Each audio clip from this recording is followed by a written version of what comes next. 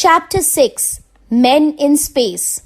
In the middle of the 20th century, the Russians and the Americans started working on the possibility of traveling in space.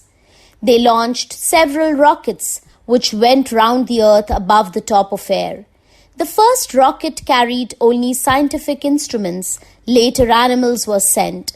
The Russian scientists were then ready to send up a man. They chose Major Yuri Gagarin to be the first cosmonaut. Yuri Alexeyevich Gagarin was then 27 years old. He was born in 1939 in the city of Smolensk. His father was a carpenter. When Yuri grew up, he joined the Russian Air Force and trained as a jet aircraft pilot. On April 12, 1961, early in the morning, Yuri was informed that he would fly in Vostok 1. The flight was to take off the same day. He proved to be luckier than the two officers who were also undergoing training and were the other possible candidates. Yuri had been given very special and very difficult training. He had to learn the use of the scientific instruments in the spacecraft as well as rockets. He was given very tough physical training because it was not known what the effect of traveling in space would be on human body and mind. Special equipment was used for preparing his body for the journey. Pressure chamber and the centrifuge trained his body to adjust to changes in the space. He was trained to get used to absolute silence and to remain alone in darkness. Yuri found this quite difficult. Yuri told, "There was no sound, not even the slightest rustle, no movement of air, nothing." Gagarin was at high risk of his life, but he had a firm faith in the ability of Russian scientists and engineers.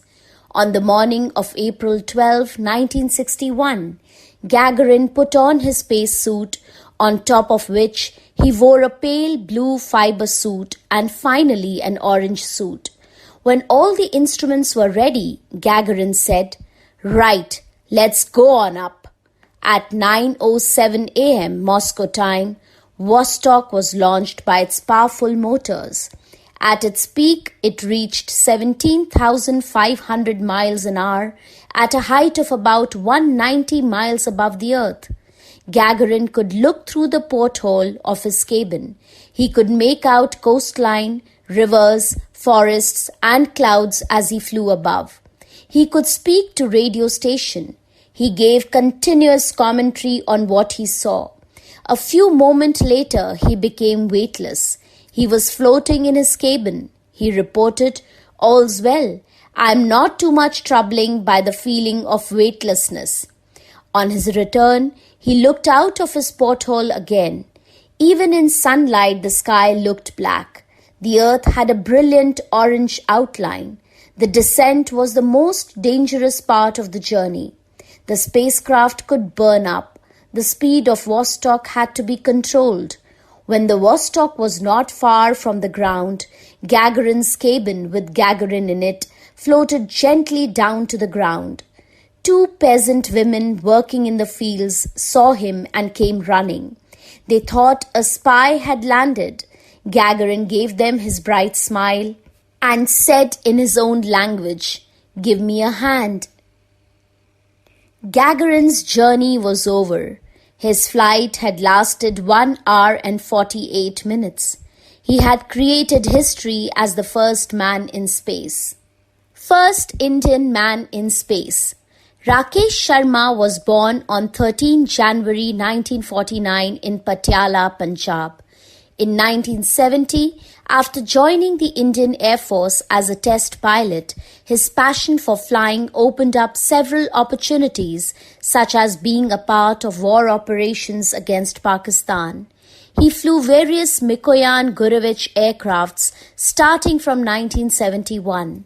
Rakesh swiftly progressed through many levels, and in 1984 he was appointed as the squadron leader and pilot in the Indian Air Force.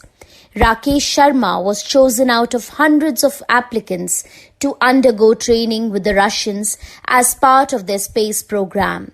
He was selected on 20th September 1982 to become a cosmonaut and was trained for 18 months for the 8 days trip. He was a squadron leader with the Indian Air Force when he flew into space in 1984 as part of a joint program between the Indian Space Research Organization, Isro, and the Soviet Intercosmos Space Program. In 1984, he became the first Indian citizen to go into space when he flew aboard the Russian rocket Soyuz T-11.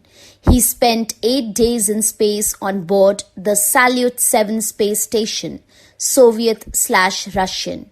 He joined 2 other Soviet cosmonauts aboard the Soyuz T-11 spacecraft, which blasted off on April 2, 1984. Rakesh Sharma immortalized himself in Indian history and made his way into many Indian hearts by his answer to the then PM Indira Gandhi ji's question on how India looked from outer space. He replied, "Sare jahan se acha Hindustan hamara," meaning our land of Hindustan is the best in the world.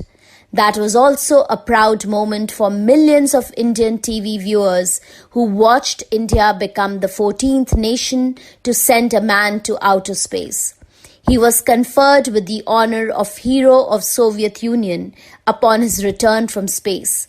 The government of India conferred its highest gallantry award during peacetime, the Ashoka Chakra, on him and the other 2 Soviet members of his mission.